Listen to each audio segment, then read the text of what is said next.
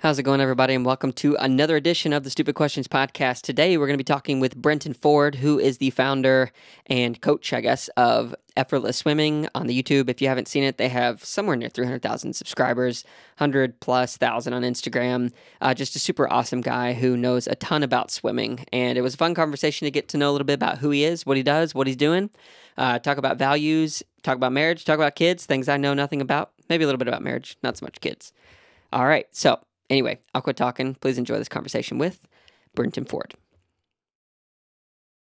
Hey, and one last thing. So if you guys have been wondering when we were going to pick a winner for the Rudy Project sponsor giveaway, we are going to be doing that here very shortly, actually today on Instagram. So if you have not entered for that giveaway, all you have to do is go follow the Rudy Project, go follow the Stupid Questions Podcast, and then go over to our website, stupidquestions.show, and sign up for that newsletter. We will be announcing that again on Instagram today, so be on the lookout for that. And then once we pick a winner, we will reach out to that person via email and Instagram, and we will find out your address and send you that stuff. There's hats, there's shirts, there's all kinds of stuff. Probably should have showed that, but anyway, if you want to see what all that is, go check out Instagram. We'll talk about it there. All right, thanks. Oh man, I'm super excited to record, not only because of who you are and what you've done, but I think you have the best video and audio setup of anyone that I've interviewed yet. so this is going to make for some great stuff. Oh, thank you. And well, I'd say I'd hope so. It's like I've done podcasts enough that it's worth investing in a good setup. You know, it's like, for sure. Yeah, and even then, I still think I could probably get a better camera or something, but it does the job. So. Yeah. You're at a friend's place or something? I remember when you were chatting to Diana.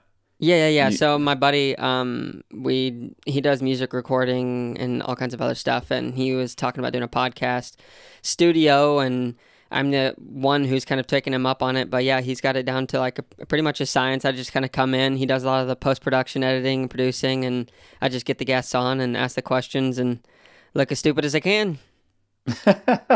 Oh, that's cool. And so what made you start a podcast? You know, man, so this is my probably my fifth or sixth podcast. So when I was in college, I started a company and had a podcast circled around that with the camping industry, and did some other ones with other businesses that just kind of flopped and failed. And then I was talking with my buddy as we were recording a podcast centered around his life, like a year of giving. He's kind of doing it anonymously, and we wanted to record the stories. I was like, man, I have a lot of really neat names. Like, I should start one. And he really encouraged me to do it. And I started reaching out to people, and I didn't even mean for it to kind of be more focused on endurance sport, just like really interesting people who I've met over the years. And the people who keep saying yes are in this industry. So I was like, okay, well, it's a niche, so we'll see what happens. So yeah, that's kind of the reason behind it. And it's super fun. I love hearing people's stories. So yeah. That's cool. Yeah. And just on today's episode, are you where are you thinking of taking it? Like, is it yeah. Yeah, so just to have a bit of a heads up. I don't need too much preparation, but you know. No. Well, I guess surprise, we're already recording. So basically what I'd love to do is start out how I start most episodes, is just asking you, Brenton, from a third person perspective, who is Brenton Ford? Oh geez, that's a deep one, isn't it? Yeah. So, for me, I mean, I am a person who loves to swim. I love to surf, love to hang out with my kids, and I also like to make content. So as when I was at university, I was studying business, and I was also swim coaching, and I loved that I could put those two things together.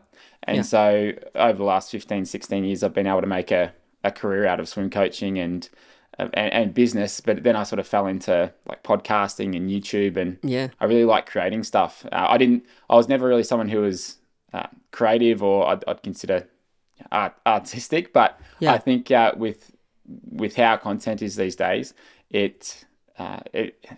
don't know, I found something that I really, really enjoy, and something that I feel like I've been able to get good at over the last 10 to 15 years. Yeah, for sure. And you look really young still, and I hope you don't take that in a bad way, but how old are you? 36. You're 36. And you've done so much, because I was looking at your history, I guess back in, like, I want to say 2009 is when Effortless Swimming before, but 8 years before that, you were actually a head coach at University of Melbourne. Is that right? Yeah, so it's a little bit different in Australia. So it's not like we've got the college system here where it's Okay. like you got these big programs and stuff. In Australia, it's like it was more like a masters swim team, so like an adult swim team, Yeah. more just people training together. But I coached there for I think 18 months, and then someone from that squad said our masters team, our other masters team's looking for a coach, and then I started with them, and I was coaching 7 times a week with a bigger masters team in Melbourne, and Yeah. that's where I sort of really got into it. So yeah, Yeah. it's not like I was taking on this big program like you've got like University of Tennessee or Yeah. what Yeah. it's Yeah. like. Yeah. It's a different thing, and that wouldn't be Sure. my jam either. It's like Yeah.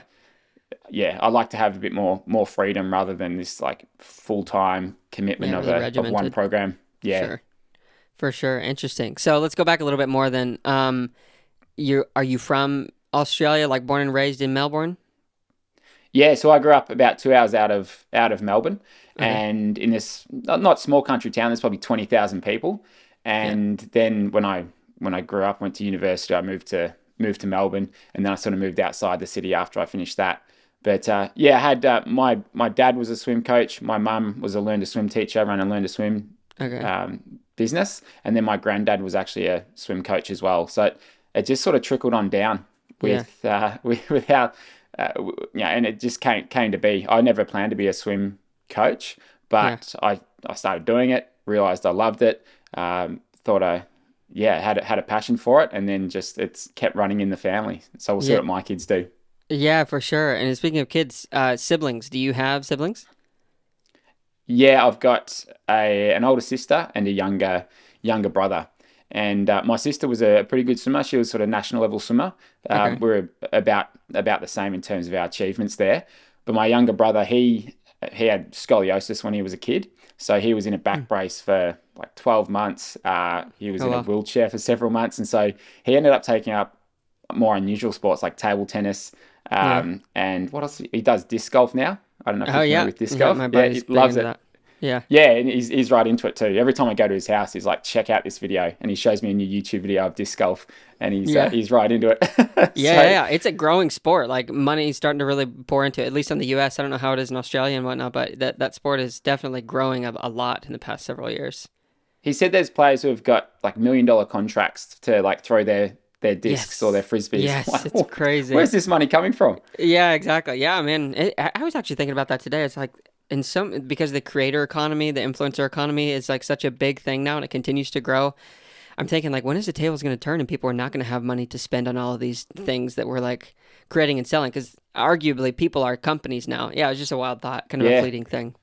But Yeah, I was watching like Mr. Beast yesterday, right? And he's got his chocolate brand, and they've yeah. finally got that chocolate here in Australia. And I saw it on Oh, the really? weekend for the first time. I was like, I'll buy that. I want to try it. It was pretty good. So it's Yeah. it's just really interesting how things are changing. Yeah, for sure. So when are you going to launch the Effortless Swimming snack bar?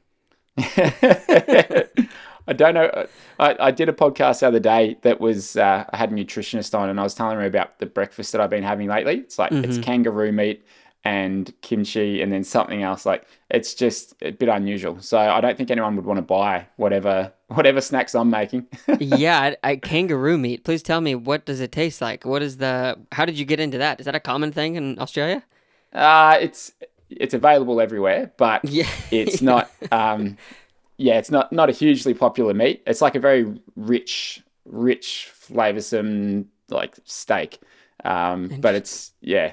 it's quite strong. So it's not to everyone's taste.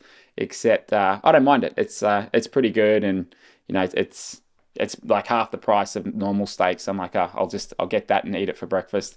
I But imagine it would be like it's hunted. Like people don't farm kangaroo, I would imagine.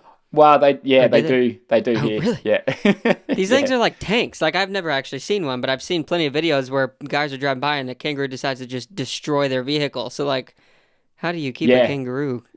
Yeah, I've had to. Well, I just high fences. I think I haven't Yeah. looked too deeply into that part of it, but Oh, I have had to get 2 cars repaired from kangaroos. Yeah, they're everywhere. a common insurance claim out there, I guess. Oh yeah, yeah. Although people say Australia's dangerous, but then you go like the States and you've got cougars, you've got Yeah. bears, you've got mountain lions. It's like I feel like Australia is one of the safer places. Yeah, yeah, they just don't come up to you quite like a kangaroo does. At least what I've seen in videos. A bear. Actually, I take that back. I went camping one time, and a bear literally took my tent or took my bag from underneath my rain fly, scared the bejesus out of me. So I guess that does happen, but usually they just want your food and then they're off on their own. So Yeah, right, yeah, man. Now I'm much more scared of those than kangaroos. yeah, Most kangaroos are they're fine. yeah, yeah, for sure. So not to digress too much, but what kind of kid were you? Were you high energy? Were you low energy? Were you in the pool by the time you were birthed? Like, how did it work? uh, yeah, definitely in the pool by the time I was born. So, because I asked my dad, like, did you guys teach us to swim? Did you put us in learn to swim lessons? Because I don't know what it's like in the States, but here in Australia, it's like most kids seem to do learn to swim lessons. And he Yeah, said, no, we just took you to the pool and you sort of figured it out. And so I've taken that into my own kids swimming, where it's like they do swim lessons, but I'm not too worried about how much they're like taking it all on board and stuff. So as long as yeah, they enjoy it, that's the main thing. As a kid, I was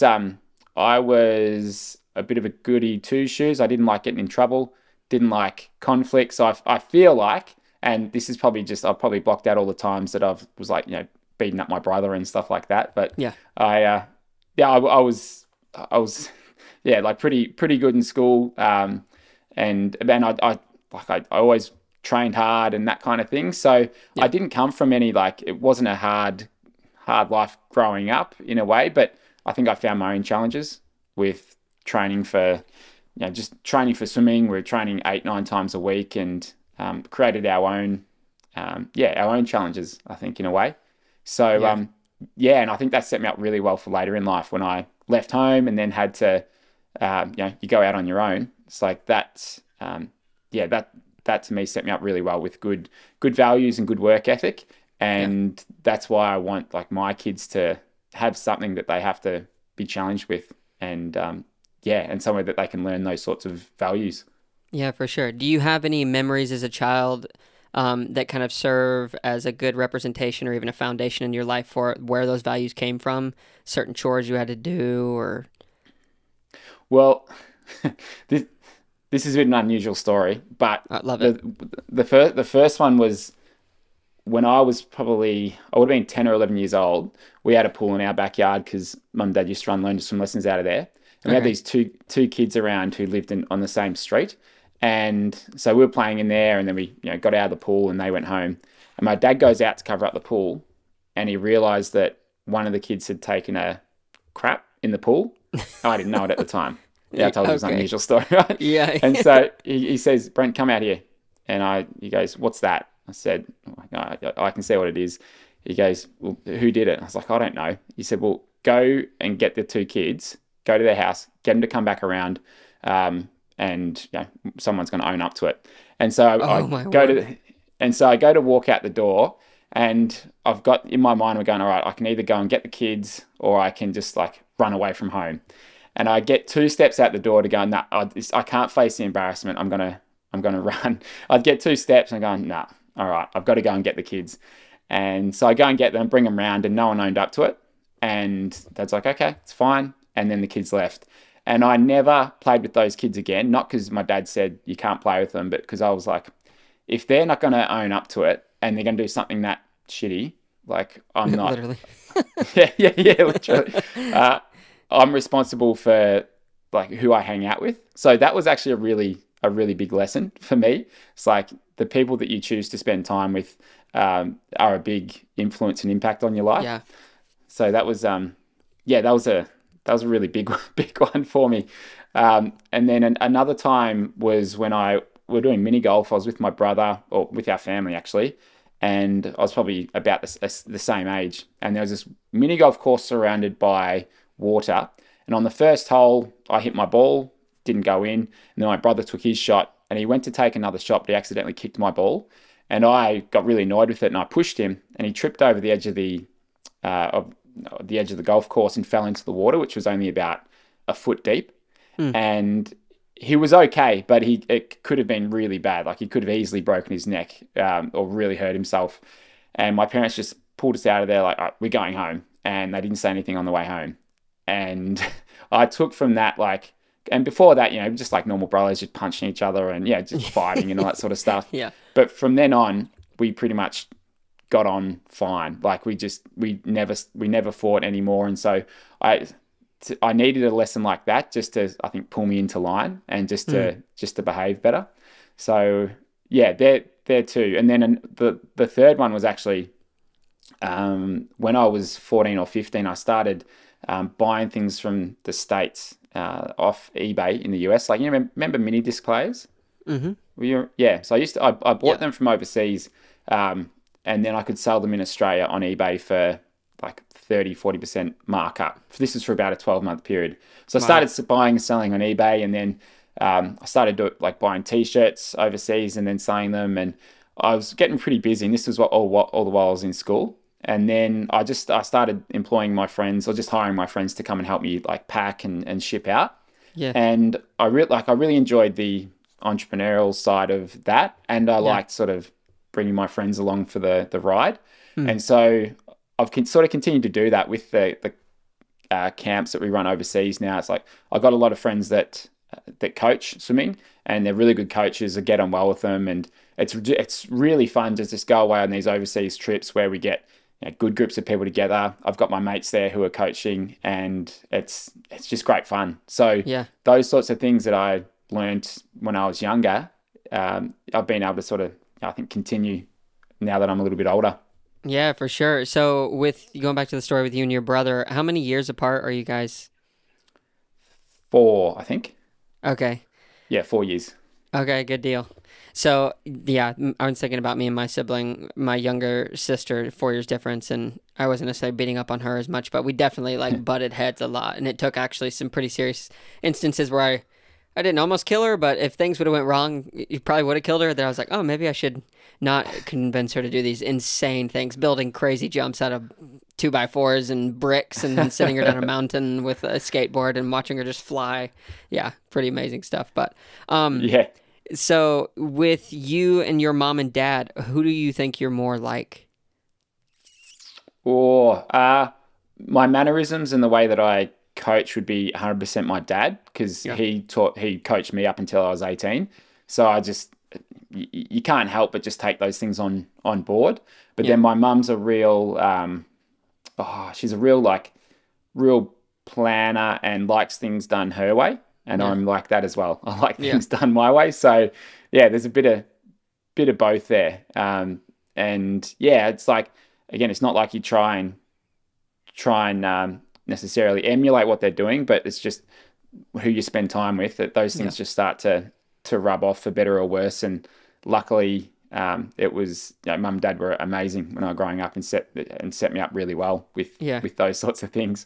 Yeah, for sure. And you seem to like the kind of person who would attract and also seek to find people who would really be able to, like you were saying, friend group matters, who would speak into your life to be able to help guide and direct you as you're facing these different types of challenges, especially with the growing businesses that I'm sure are too many to count just from hearing some of the experiences that you've had. So my question is, do you have a key group of people in your life other than your mom and your dad who you kind of will go to bounce ideas off of, to get mentorship? Like, hey, I'm thinking of doing this. What do you think? Yeah, I've had a business coach for the last 13 years. Yeah, same person. His name's James Schramko, and I met him when I was pretty young, and he was just someone who stood out to me as someone who had the same sort of values, wanted the same thing. Like, I've got no interest in building a $10-20 million business if I'm working my ass off. My value, I want to be able to train, I want to be able to swim, I want to be able to surf. Yeah, just the freedom. And he was all about that. So he's always just kind of been helping direct me. And he was the one who pushed me to start a podcast. He's like, I think you should do this. And I was so nervous on my first podcast. I don't know what you were like when the first one you did, but I was just there like, I had no expression. I was like an interviewer, and I was like, okay. And I was interviewing a guy, Michael Klim, who's like a massive, he like gold medalist from the Olympics, and it's like a big name for the first episode. And I was so nervous, and now I still get a little bit nervous if I've, depending on who the guest is and if I don't know them, but it's much easier now. So yeah, it's Yeah, he's been great. So James has been a great influence there in terms of business, and then in terms of swimming, like I learn so much from all these different coaches. I feel like the way that I coach is just it's a combination of all these different coaches who I've heard things from over the years, and I couldn't tell you where half of them come from because there's been so many great ideas. Yeah, But I feel like I've come up with a few things on my own or different ways to explain them, but the majority of it is just learning from others. And I think if you can be open to knowing that, okay, I'm not necessarily the best coach out there, that there's other people who know their stuff, and whether or not you take it all on board, it's sure. yeah, you can learn a lot from it. So I don't mind feeling like I'm the stupidest person in the room. I think it's Yeah, a good way to yeah, go for about sure. things. Yeah. Yeah, even one of the greatest things that I did gymnastics partly in high school and on our acrobat team, and my coach, he was talking to me about like the next year, people wanting to do tryouts, and I was like, how do you choose people? He's like, because I thought, oh, it's like if you're the best of the best and you're a half decent person, you'll be on the team. And he said, I don't care if they're like the most talented person and they could go into the Olympics or whatnot. If they're not coachable, then like they don't get a seat on the roster. And that like stuck with me for a long time. And kind of what you were saying, I feel like even coaches have to be coachable because none of us on God's green earth are at the pinnacle of, okay, I got it all figured out. And that's the beauty Mm. of it, I think. Yeah. Yeah, absolutely. And I think as well, like you want someone, let's say I'm coaching someone, you want someone for their attitude, not for how good they are as a swimmer. So like, Mm, yes, great swimmers will, okay, they might help you get points or get medals, whatever it is. But I mean, I had a guy in our podcast recently who's been on the Australian team as a coach for the last 15, 20 years. And he was a part of the Australian team, I think it was 2008. Yeah, the Olympic team there. And they had a couple of people in the squad who just made the culture toxic and basically brought the whole team down. And then there was a huge like investigation, oh man. and basically the coaches kind of got in the hot water for it. But it was really just a couple of bad eggs, and it brought the whole group down. So it's not worth, if you can, it's not worth having the wrong personalities in there, and no matter how good they are. Yeah, for sure. Do you like do you remember a point in time because you said you started swimming at a very young age? When, I guess two questions. When did that start to move toward like oh, maybe I can be competitive in this thing? And then when did you start to realize like have the confidence where you feel like, "Oh yeah, I really do understand what it means to feel the water and, that kind of stuff."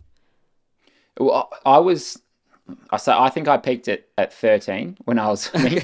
I had this one meet where I got like multiple state records. I got like 7 gold medals at the Victorian state champs, Wow. and I was absolutely flying. And then for the next 5 years when I competed, my times didn't come down too much from there. So I peaked early, and I think part of that was I developed early. As a kid, you go through puberty and that kind of thing, and I was quite early in it.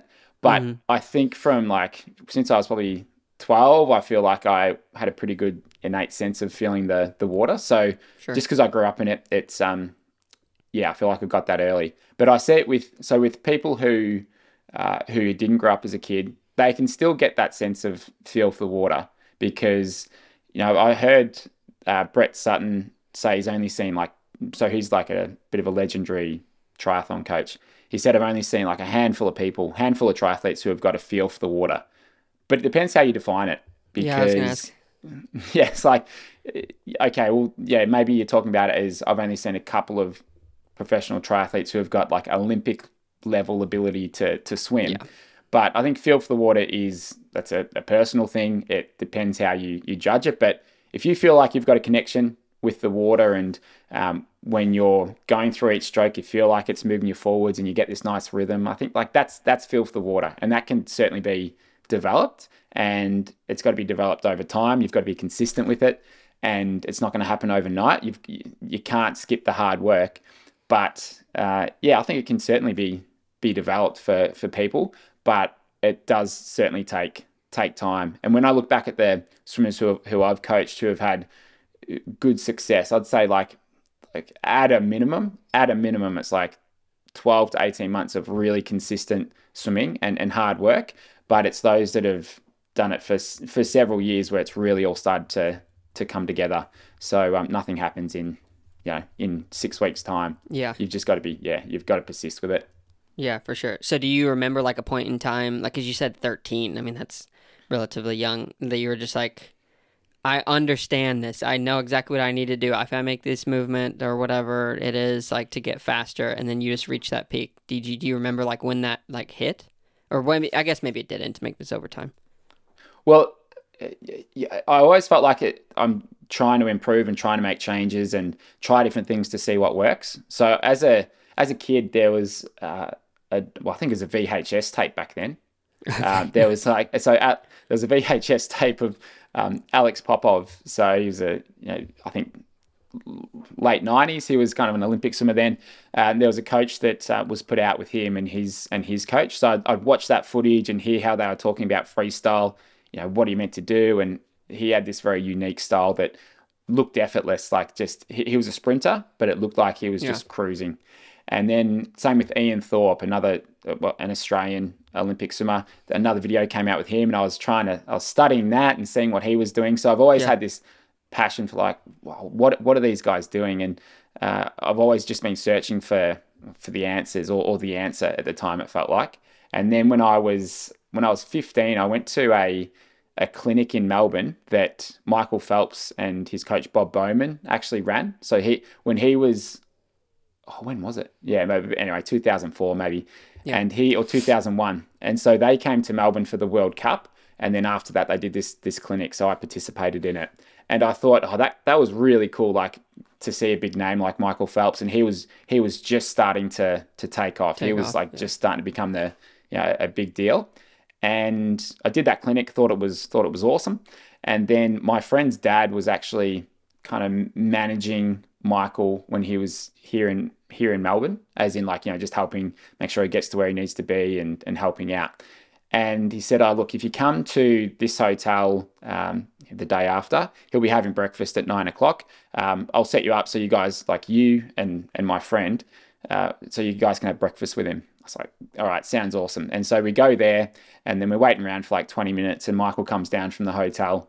And so we had breakfast with him, and I'm super nervous. Speaking of like, if I'm dating a girl, like at that age, I was like, I don't know what to say. Same thing when I meet Michael Phelps at the breakfast table. And he comes down and he's really nice, and he's just like trying to get us to start talking. And so we were just like, what were you doing? And he was playing PlayStation, and so we just started asking questions. It's like, holy crap, he's exactly like us. Like he's no different. He's just a really good swimmer.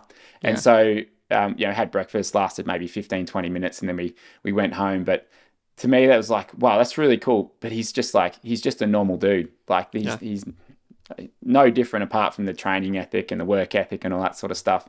Yeah. So that was a really just cool experience that I don't think he wouldn't remember. Like he would have met thousands of people over his time. But yeah, there's been a few things where I thought, okay, like these just normal people. And and did a clinic with them, and now we run 100 odd clinics a year and do stuff similar to that.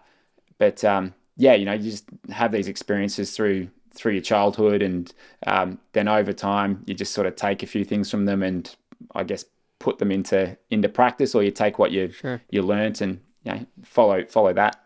Yeah, for sure. How many clinics do you think you've done total to date since you've started doing these things? I couldn't tell you the number of clinics, but I would have analysed. I think it's probably more than 7,000 different people in terms of watching their video and analysing their stroke. It'd be more than 7,000. Yeah. When I look back at how many people have attended our clinics and all that sort of stuff, so it's a lot. There's nothing I haven't seen. Yeah, for sure. Yeah, I've seen it all, which is good. But I have to remember how bad I was at the analysis early on, and how it's like all these moving bits. It's like I don't know how they're connected. But over the course of a couple of years, I started to figure it out. But it's hard to remember just how hard it was to kind of break it down at the start. So when I'm explaining to people, all right, this is what we're seeing, this is what you're doing, this is what I want you to do. I've got to remember just to keep it simple, because even though to me it's like, well, it's obvious what you're doing here. Yeah. For someone who's new to it, it's like, well, no, I don't understand. Yeah. And when I ask people, all right, what do you see in your video? They're like, oh, I can see like my left hand's like going wide or crossing over. And then we'll look at it back and it's like, okay, it is a tiny bit, but that's all you're seeing. It's like, no, like you're looking directly forward, your toes are dragging on the bottom. Like Yeah. it's just interesting that people don't pick this stuff up. But I mean, it's not a surprise when you realize that they haven't done 7,000 videos.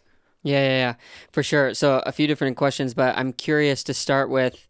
So I coach triathlon and I have a few athletes that I coach, and I like in the beginning when I first start coaching them, we get in the pool together and I have like my phone and I'll swim beside them and get like some profile views and whatnot. But I always struggle with like, okay, what thing do I point out first? Because if it's someone who doesn't have a swim background, you're looking at 12 different things that you could focus in on. Whenever you start to analyze someone first, what is the thing that you focused on? Like number one, is there a thing that you like go for first where you can find the most gains? Yeah, so there's an order that I'd go through them in, and I just put out this it's like freestyle technique checklist. It's like a 1-page PDF that you can just download, and I it goes like through it. it them. And yeah, it's so you can just it's free. You can download it. Basically, you start with head and body. So when you think about when you think about swimming, it's got to be from the inside out. So we can't just look at what you're doing in your catch, because you might be over rotating, you might Yeah, be lifting your head, and so if you're trying to fix that, well, you've got to work earlier on in the chain. So head and body is number one.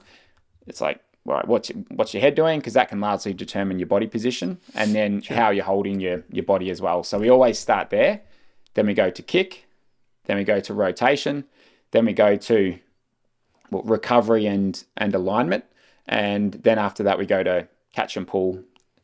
Pardon me, catch and pull, and then we look at rhythm and timing, and and breathing. Sorry, is at the very start, along with head. So there's just that order, and things become so much more simple when you break it down that way. Yeah. So yeah, otherwise it's just like, I might be trying to get them to fix their crossover, but they're over rotating, so we've got to fix that first. So yeah, that to me, that just gives me a really simple map that I can follow, or yeah, like process map that I can follow when I'm breaking down someone's stroke. Yeah. And a lot of times when people understand that, they can pretty much go through their own video and go, okay, I can see what I need to do there. So something I've been thinking about in this space, just triathlon as a whole, is because I went through like some curriculum courses to get certified to be a coach, and then everybody, if you're not certified or whatever, you're using things like Training Peaks to assign workouts, and a lot of the stuff that we do is very like it's habitual. It would be relatively easy to track patterns and heart rate data and speed data and all this other stuff. So my question to you is, now that we have things like artificial intelligence and all of these different, you can upload, let's say, 7,000 swims into a computer, and then it can like analyze based on like a really good swimmer's form. Is there anything coming out that you know of or that you're working on potentially that would like use artificial intelligence to analyze swims more? And maybe you think, no, you need a human touch for this type of stuff. Is that even worth thinking about, you think? Someone contacted me last week and they said, "Oh, we're working on basically this AI biomechanics to analyze your swim." So, I mean, that stuff it's definitely coming. Mm-hmm. There's nothing that I'm aware of at the moment that's there, but it's certainly coming. The EO Swim Better is almost like a power meter for your hands. I don't know if you've seen that. It's I'm doing a bit of work with those guys, and I feel like in the next 12 to 24 months, using these devices that tracks the path of your hand, the force and the direction of it, I feel like they'll be able to feed that stuff in and kind of work out what the optimum is. Yeah. But I think, I feel like it would be naive to say there's always needs to be a human touch element to it. But I mean, I think for people, like it is that human connection that makes a difference. It's like you could be told, you could read something and say, okay, well, that's great. But you could be told it by someone, and you could be told it in a way that's suitable for that works for you. Yeah. So I don't know. We're all people, and we need that. We need that interaction. So while I think all the AI stuff and data and everything, you can get a lot from it. I think for us to really get get results and to make changes and change our habits and things like that, I think people, it is all about people. And at least for me, like what I try and do is, I want to make sure that I'm relevant, and there'll be people who want to get coaching from someone, and they want that personal interaction. There's always going to be a need for that. And I think as everything heads more in the other direction, it's like, well, people kind of really want more human interaction with how little we tend to actually see each other and that kind of thing.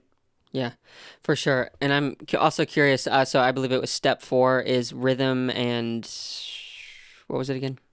Rhythm and timing. Rhythm and timing. How do you teach rhythm and timing to someone who has zero rhythm?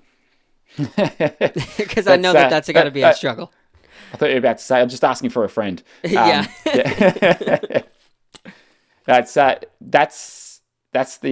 dancing piece of the puzzle, and you sort of need to get the basics down first, because you need to get that control and balance in the water before you have any sense of rhythm and timing. But a couple of things that I've found to help are slow to fast. So in freestyle, your movements should be slow to fast. Slow it down a little bit out the front, speed it up a little bit out the back.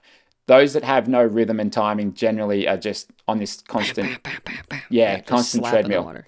Yeah, and spinning the wheels. So they have no sense of rhythm there. So slow to fast makes a big difference. And then the timing of the kick and the catch. So there's 2 different ways to time your freestyle. You can either think of entering with one hand and kicking down with your opposite, or you can think of going through the catch on one side and kicking down with that same side. It's the same thing, but it's just a different way to think of it. So trying to coordinate those two can really give you that feel of rhythm. And I find that like pretty much everyone seems to teach opposite hand entry and kick down. But I've found for 75% of swimmers, if they think about kick and catch on the same side, they actually get a better feel for it. So that's what I tend to lean towards if I'm coaching someone. And then the other thing would be, it's like, I don't know, you've just got to relax in the water. I think of it like when you go to pick up a cup or a glass of water, you don't grab it with all your might. You're just going to pick it up and have enough tension to hold the cup, and that's it.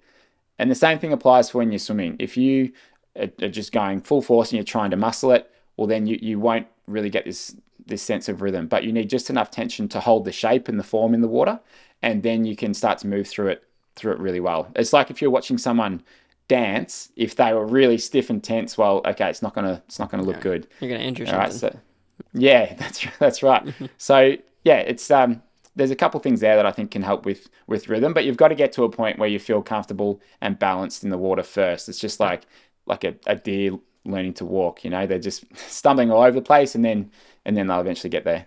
Yeah, for sure. It's just so interesting. So one thing I did, my coach about a year ago, we were decided like, okay, well, if I'm going to go and hit some of these goals, like swimming volume needs to go up because I got to get faster at swimming. So we committed to basically like at least a minimum of 12,000 yards a week for a whole year, basically. And like after doing that, you start to, at least I started to like get an understanding for, okay, what needs to move, what needs to, how do you relax, this, that, and the other. But one thing that actually helped me, and I didn't even plan on doing this like, for it to help me, is I didn't shave, basically, like my legs or arms or anything. And I put on my wetsuit to try it on because I'd just gotten it in the pool. And I swam, I don't know, maybe 300-400. And then I took it off. And then my hairs on my legs and arms were ultra sensitive. And I got in the water and it let me know really quick what I was doing wrong. So since then, I've been telling people like, you put on your wetsuit for 500 and then take it off. Make sure you rinse it off or whatever, but then get in the water and you will feel exactly where your legs are going. Have you ever heard anything like that? And is this a new technique that I need to patent or something? I've never heard that one. And the downside to that is it's probably only going to be relevant for pretty much male swimmers. So yeah, that's a good point. Unless it's winter time, I guess. Yeah, true. So you pretty much halved your target market there. But that's I mean, like it makes a lot of sense, right? Because I'll every now and then I'll sort of shave down if we've got races coming up and that kind of thing. And it's a massive difference. You really notice it when you do shave down. You feel like you are flying, like you're sitting higher in the water. Mm-hmm. So you're onto something. So that's a way to get the benefit without having to shave down. For sure. But you've got a smaller audience for that one. Yeah, I like it though. It's good. yeah. So I want to get back to a little bit of your personal journey.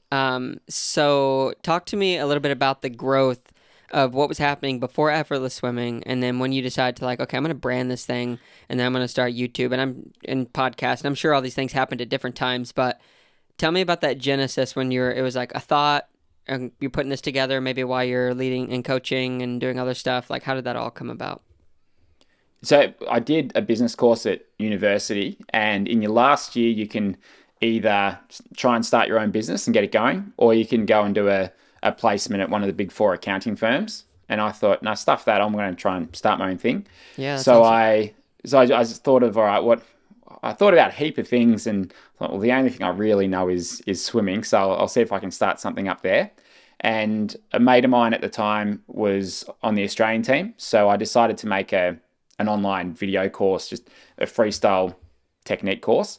So filmed that with him, and then I started to put out some videos on YouTube, and this was like 12 months after YouTube started. So this was before it was a thing really. Wow. And yeah, and started putting out these videos, and I said, go to our website, join our newsletter, and then after about 6 months, we had this course ready, and I said, oh, okay, we've got this course available. If you want to improve your freestyle, you can grab it. And then I think we sold like 10 copies there, and I thought that is so cool that people from around the world were able to get this program, and it's just something that an idea that I came up with. Yeah. So that was, and so 4 or 5 years after that.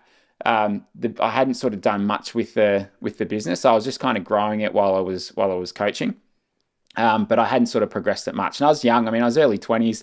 Didn't really know what I was doing. Didn't know how to run a business. And then my wife said, "Look, we're about to start like trying for a kid. You better pull your finger out and like actually do something with it, because like I'm not going to be working once we have a kid." So Nice. I thought, you're absolutely right. I don't like to be. I don't like the fact that that I they wouldn't be able to provide. So that kind of like lit a fire under me, and I thought, all right, I got to put a bit more focus on it and figure this thing out. So then we started running clinics. We started doing our overseas camps, and then over the next couple of years, turned it into a proper business. And a couple of things that really helped me were just finding something that worked and something that really helped people. And for us, that was actually the clinics. No one was doing these clinics with underwater filming and analysis and helping people that way. So that worked really well. So we just got really good at it, and started running a lot of those. Yeah. And then I also started doing more consistent YouTube videos. I heard my business coach say with one of his students who was a guitar teacher, he said, this guy started making, what did he do? He started making 2 YouTube videos a week for like 12 months, and his YouTube channel just blew up. And so I thought, all right, I'll make a video a week. And I did that for pretty much 18 months. I might have missed 3-4 videos. And like our YouTube channel just we grew from like, well, what was it? 50,000 to 150,000, I reckon, in maybe 24 months. And so from that, I learned, okay, consistency is important. Before that, I was probably posting a video every 3 months or 4 months. So I just wasn't consistent with it. So I started doing that. And then I started being consistent with the podcast as well. So trying to do an episode a week. And I've been fairly consistent with that over the last, I don't know, 5-6 years as well. Maybe a little bit less so over COVID. But yeah, so then and looking back, so I've been doing it for quite a while. I've been doing it for 14 years, I think, 15 years with Effortless Swimming.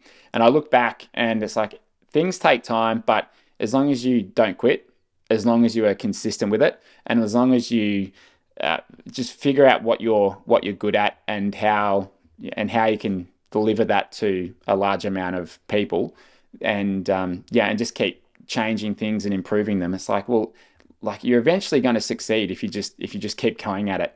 But at the time, I thought, I'm going to have this sorted in 2 years. It's like I'm going to blow this thing up, but it just takes time. And but it's good. It's like it wouldn't be. I don't think I'd appreciate it or enjoy it as much if everything happened in 2 years as opposed to 14 years. Yeah.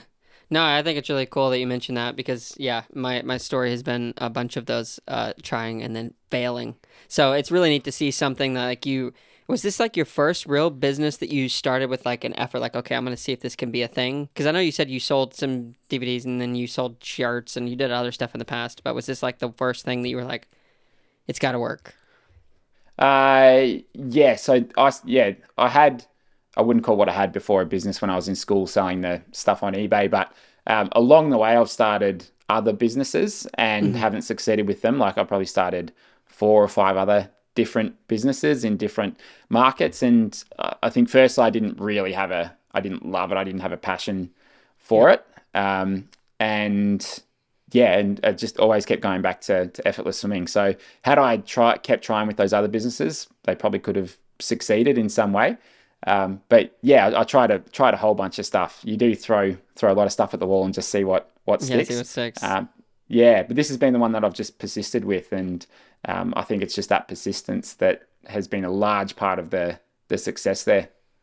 How long did it take before you were in a place where you're like, okay, I can provide for my family now. This is financially working. It yeah. So after we had our first kid, I'd say probably 2 to 3 years after we had our first kid is when I felt like the business was reasonably stable, and then like a year after that we hit we hit COVID, Yeah. and yeah had no income for a while there, but yeah it took a while, but I think just that like having a kid sort of forced me to be a bit more serious about things and just plan things better and just take on a bit more responsibility. Yeah. So yeah, it just took a while, and you never feel like you're never done, right? You've just Sure. got to keep moving. You got to keep going. But yeah, it took probably 2 to 3 years of being properly committed to building something Yeah, to sure. have it to have it really take off. And look, you could probably fast track that a bit as well. I wouldn't say I'm like the I don't work 12-hour days. I still like to swim. I like to get out and surf. But in terms of sustainability, that's what's sustainable for me, because I do see people just go too hard, too fast, and then they drop off Hmm. after 2 or 3 years. Like a So weed. you've just got to find that pace and rhythm that you can sustain over years and over decades. And when I look at people who I look up to, it's like, well, yeah, they're the ones who they're not working 12, 16-hour days if it's not within their like, yeah, if that's not for them. It's the ones who are looking after themselves and keeping themselves healthy and giving themselves things that they can enjoy. Um, because if you're healthy, if you're happy, then it can make things a whole lot easier to do when it comes to running or growing a business. Yeah, for sure. How old are your kids? 5 and 7. Five Yep. and So seven. they're almost not little kids anymore. Getting more opinions and Yeah. all that sort of stuff. But they're Yeah. they're so much fun. Yeah. They're a lot of fun. Yeah, I love playing with them. What's one of the great lessons you've learned so far about being a father? You can't. you, your kids won't listen to you. That's the first thing. Like everyone goes, oh, so you're teaching your kids to swim? It's like, no, they won't listen to me. So that's why I get other people to teach them to swim. Nice. Um, but I think one is actually the way that it's made me be a lot more, not careful of my language, but uh, like the enthusiasm that you have in your voice, in the way that you talk about things, Hmm. that like I can really get the kids to do something, or get motivated to do something if you use your voice correctly. And Hmm. so I'll try to pay more attention to that, and how I come across. And I've still got a long way to go, but I feel like, when you're reading a kid's storybook, it's like you better get invested in the characters. You better be doing some Yeah. making the Make it voices and stuff lively. like that. Yeah. Yeah, that's right. And same thing goes if you're, trying to get them to do stuff, because my natural tendency is to just like be very monotone and and quiet, and like not get too enthusiastic. But I think you need that, and I've realized that as a coach as well. Hmm. Like a friend of mine who coaches with me, Sam. He's quite loud. He's very passionate when he speaks, and that comes across really well. People are like, yeah, okay, like I really want to do this. Whereas Yeah. I tend to be a bit more reserved, but at times I need to bring it up to a 7 or an 8 out of 10 Yeah. to like get across it. No, I'm really passionate about this. I really like it. So just like play around with your voice. So that's actually been a big lesson for me, is how you use your voice, because that's important. Yeah, for sure. Um, so your wife, how long have you been married? Oh, geez, put me on the spot here. Oh, No, it's no, no. Been married for nine years now. Eight, no. yeah, or 8 or 9. Yeah, Yeah. 2014 it Yeah. was. So Yeah. yeah, I was just gonna it's say, been a good for while. you. Like I'm at the age now, so I've been married almost 7 years, and it's like, you go from that. Everyone's going to high school, then everyone's going to college, and everyone's graduating. Now everyone's getting jobs, then everyone's having, getting married, and everyone's having kids. But now we're at the place where it's like people are either, having kids and staying together, or having kids and getting divorced. And it's always nice to see like some long-term commitment, because like if you make it through some hard times, I feel like it bolsters and creates a really like flavorful marriage, if that's the right words to use, because the stuff you go through. Mm. So I just want to say, like, yeah, that's awesome.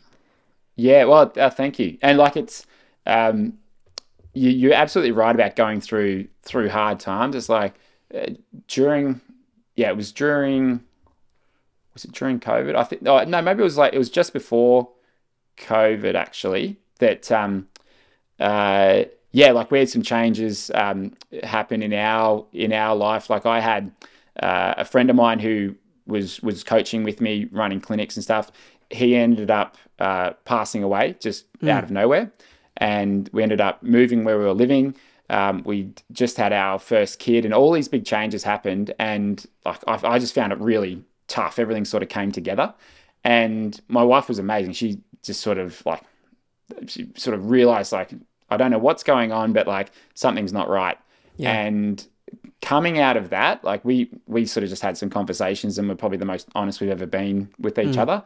And coming out of that, I feel like has just made us so much stronger. So it just hasn't been like smooth sailing the whole time. But if you're willing to actually just like sit down, be open with each other, and not like not attack each other, but just like Yeah. just sit and listen and see, figure out what's really going on, then yeah, like it makes a huge difference. So it's yeah, it's just a matter of trying to communicate properly with your partner, and just listening. So yeah, and she's my wife's amazing. I think we complement each other well with what we do. So it's yeah, so far so good. Yeah, yeah, that's awesome. So then you had kids. What is your wife a stay-at-home mom? Does she kind of run the house and the kiddos? Yeah, that's right. Yeah. Yeah. And so she was working here and there, like Okay. for 3 days a week, and then she was like, "Oh, I feel like I'm missing out on too much of Yeah. the kids when they're young." So yeah, Mm. she's stayed home at the moment, and it's great for me. I mean, it just makes what I do easier, because then I can just book clinics or camps and go away when I need to, and she can look after the kids. And she like I think yeah, I think she feels like like I'd like something to commit to with work and the challenge there. Yeah. But then I know that if I do that, I feel like I'm going to miss out too much with the kids, and so that's her Yeah. top priority right now. But it's always a battle, isn't it? You know, you've got you want to do so much stuff, and Mm.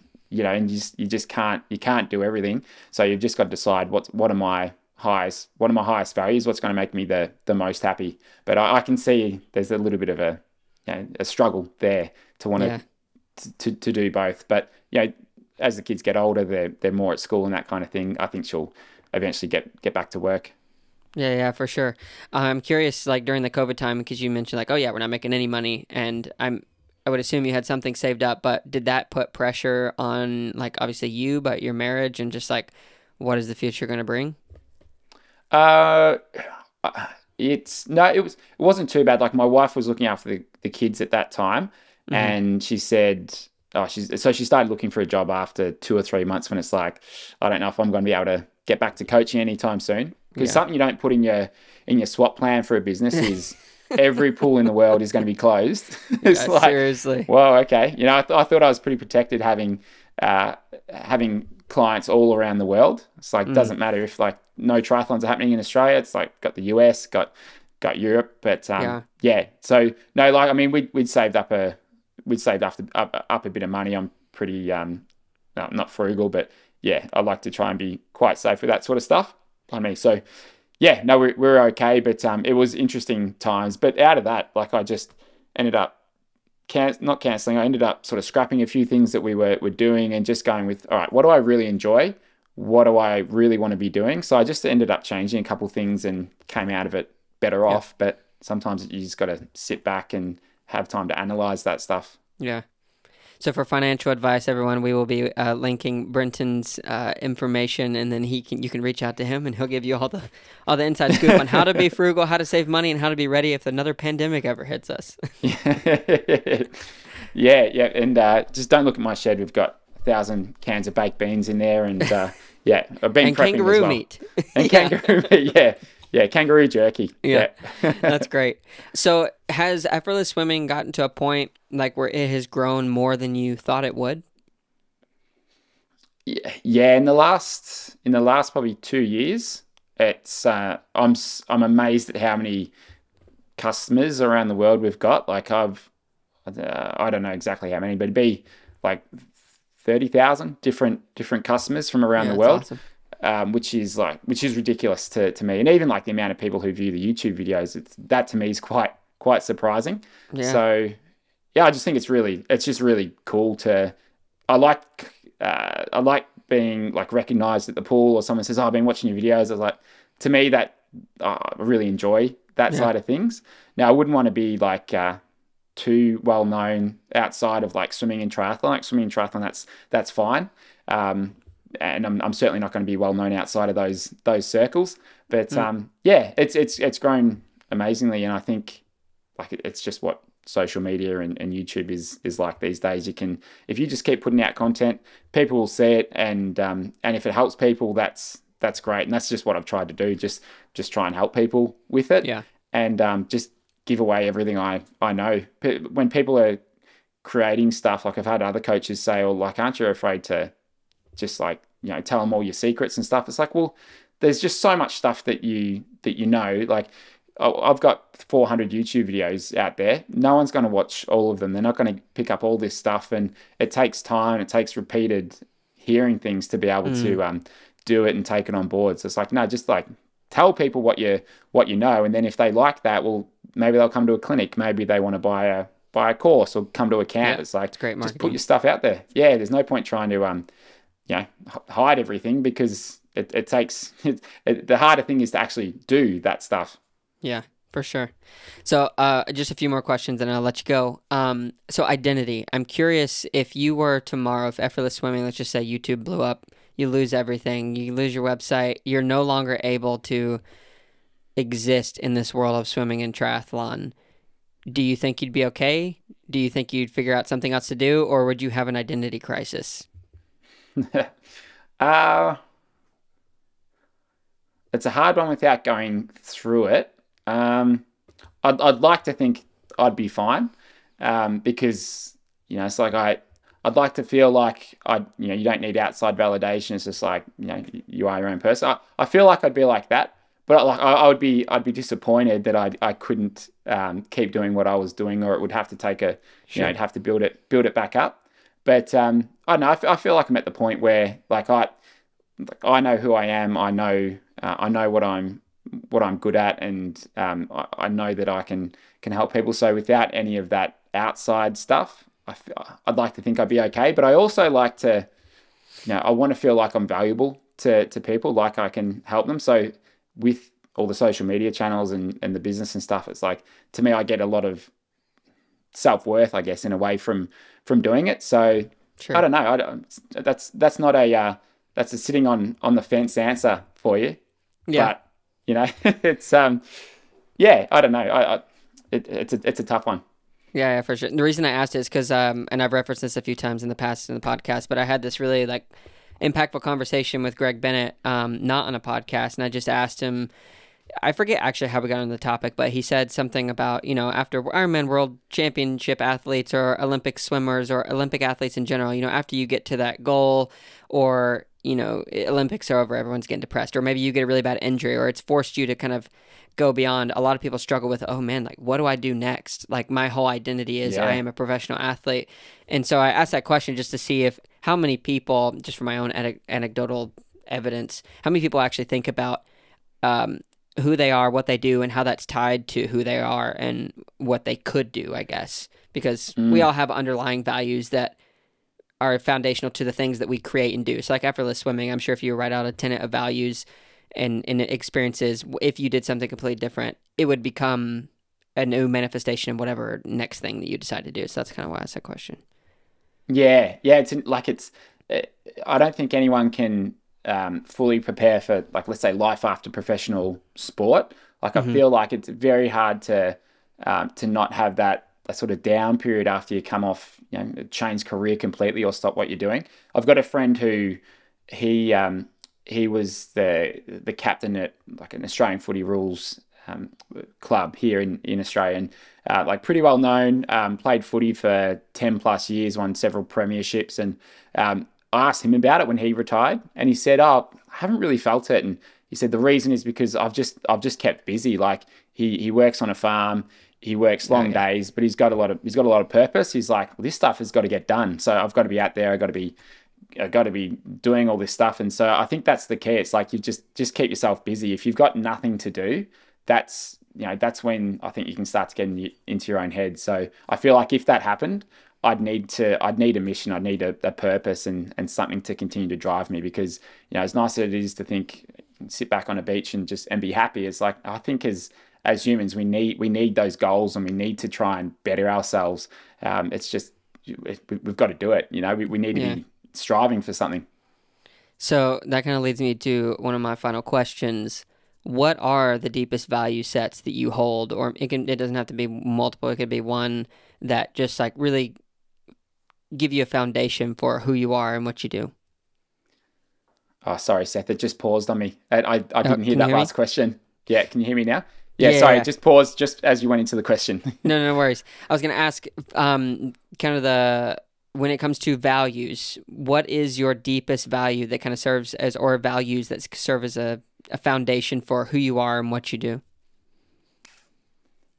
I'd say it'd be freedom, the freedom to choose to do what I want. I think as a teenager, that's what I valued a lot, and especially now, just like I like to be able to determine what I do and who I do it with. So yeah, to me, it'd be freedom.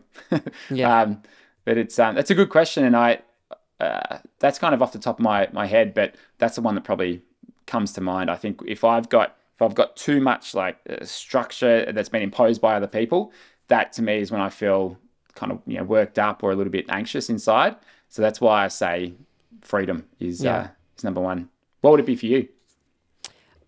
So man, that is a really good question. I'm totally unprepared for you to ask me that. So I'll say this. So when I was in college, I started my first like legit company. It was called Sway, and we made insulated camping hammocks. And that was a really pivotal time in my life because I had just come from serving a year abroad in the Philippines as a student missionary with the university I went with.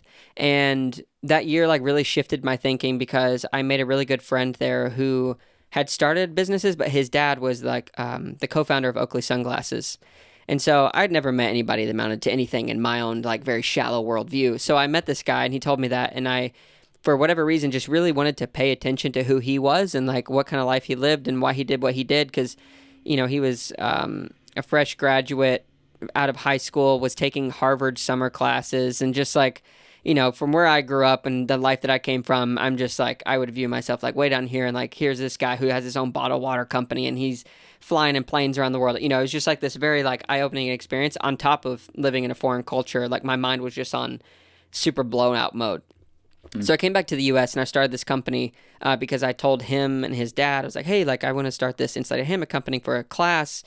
And what do you think? Well, long story short, his dad was like, hey, you and Gray, my son, should partner on it, and I'll give you some money and you can kind of run with it. So I ran with this idea. And when I was in school, in college, I started to be known around campus. It wasn't a big university, maybe 3,000 kids, but I started to get like this platform of being the hammock guy. And like I was this cool college student.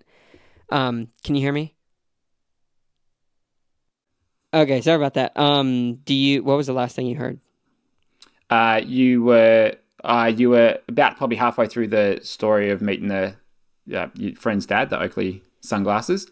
So Yeah, that Yeah. was the last thing I heard. Okay, cool. So, got back to college, and it was a small university of about 3,000 people. And that at that time that I started this thing with him investing a little time and energy, I started to get this platform to be known as like the hammock guy. And that was the first time that like I had come up with an idea and people really attached value to the idea. So I was like, oh, then I am valuable. So I like it really Mm. started to change my life and and how I viewed things. Long story short, I ended up starting this company. It took me all over the world. I went to China 2 or 3 times a year to do manufacturing, and it was all going okay until COVID came, and then it just all blew up in my face, and it didn't really go anywhere after that. However, to get to the values question, I realized, and kind of along with the identity thing too, that I had so attached myself to this product and idea and whatever company that as it was ending, I like knew I wanted to do something else, but I didn't know how to reinvent myself, and I was afraid that I was painting myself into a corner. But I realized that I came away with, the things that it taught me, and the things that I valued and how I created this company were kind of these comfort, security, and warmth. And it was, the people who had kind of reinvested themselves into my life. This little like thing, so funny. People who had invested their self and their time and energy into me like brought me a lot of comfort because like I lost my dad at a young age, and then the security part, a lot of more people invested their time and energy into me and helped me to feel like secure and safe.